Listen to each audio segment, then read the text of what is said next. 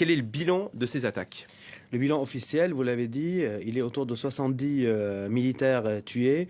D'après nos sources propres, on peut imaginer que très rapidement, le bilan va passer au-delà de 100 militaires tués, donc entre le 17 et l'attaque qui a eu lieu à la frontière malienne. On a une carte pour voir où ça s'est passé exactement. Et sur cette carte, on va voir que ce sont des zones. Donc, on va voir la carte avant de. On va voir la carte. Donc, ce sont des zones où l'État islamique était déjà actif. Par exemple, l'attaque qui a eu lieu entre Déhou et Oursi, elle a été en septembre dernier. L'État islamique a manifesté une activité là-bas et on sait qu'ils étaient présents là-bas. Et donc, sur cette carte qu'on voit là à l'antenne, il y a l'attaque donc Tinédiar, exactement entre Déhou et Oursi, et l'attaque de Tinakov qui était tout aussi meurtrière. Et on sait même que l'armée s'est retirée de Tinakov vers Marcoy, qu'on voit aussi. La troisième attaque, on n'a pas encore de bilan.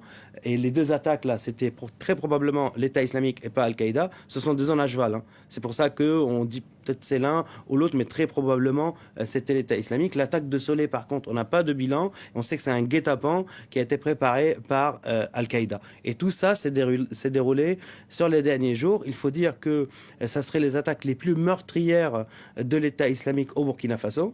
Il y a d'autres actions qui avaient eu lieu dans les années passées. Il y a par exemple l'attaque de Koutougou, 24 morts le 19 août 2019. Il y a eu l'attaque de Seba, 10 policiers tués en 2020. Mais jamais l'État islamique n'a fait autant de victimes dans les rangs des militaires burkinabés jusqu'à ces dernières attaques. Ce sont des attaques qui n'ont pas été revendiquées, elles sont attribuées à l'État islamique. Pour le moment, pas revendiquées. Et l'armée burkinabé a essayé de réagir parce qu'ils ont acheté des drones turcs, donc Bayraktar. On a des images des frappes de drones qui ont eu lieu le 17.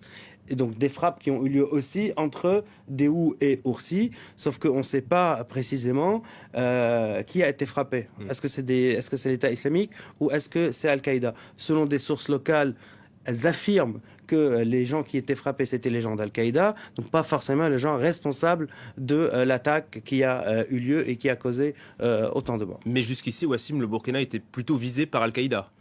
Absolument, c'était un terrain où Al-Qaïda s'était beaucoup développé. On a une carte là pour voir les zones d'action de l'État islamique et les zones d'action d'Al-Qaïda. Et là, c'est très visible. Ce qui est en jaune, c'est Al-Qaïda. Ce qui est en vert, c'est l'État islamique. Et là où il y a des triangles noirs, ce sont les zones d'affrontement entre les deux groupes. Parce qu'il faut savoir que les deux groupes s'affrontent aussi. Donc on voit l'étendue de l'activité d'Al-Qaïda en comparaison avec celle de l'État islamique. D'ailleurs, Al-Qaïda a publié une vidéo consacrée au Burkina Faso il y a quelques jours. Et on voit, on a quelques prises de cette vidéo, on voit qu'il y a une reprise en main, si je puis dire, médiatique de la communication d'Al-Qaïda depuis le Burkina, qui était chaotique jusqu'à un moment. Et là, on voit que dans cette nouvelle vidéo, si on peut voir une petite partie, que tous les codes, en tout cas d'Al-Qaïda, sont dedans. Et là, c'est le chef d'Aqmi, donc Annabi, qui prend la parole dedans. Plusieurs chefs djihadistes morts et vivants, on leur donne la parole. On voit même Amadou Koufa, donc chef de la Katiba Massina, prendre la parole en vidéo. C'est des vidéos d'archives. Mais c'est la construction médiatique, on va dire, d'Al-Qaïda. Et il y a un grand absent, il y a un très grand absent dans cette vidéo qui est Ja'far Diko.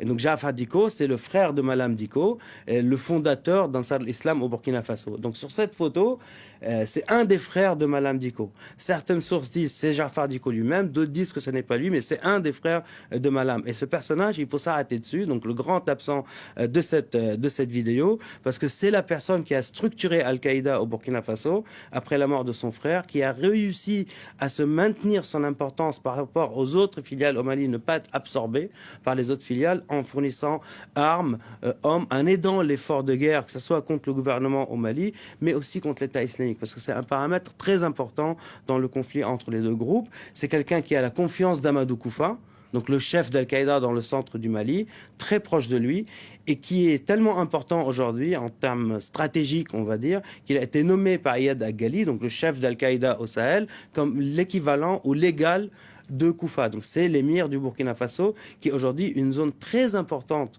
pour Al-Qaïda parce que c'est à partir du Burkina Faso qu'ils arrivent à étendre encore plus leurs actions et peut-être on peut revoir la carte qu'on a vue il y a quelques secondes sur leur activité sur tout le Burkina et on voit que l'activité touche le Togo, le Ghana et le Bénin. Les pays voisins. On voit bien sur la carte et c'est la valeur ajoutée de Jafar Dicko, le grand absent de cette vidéo, mais un homme d'une grande importance. Merci beaucoup Wassim Nasr pour ces éléments.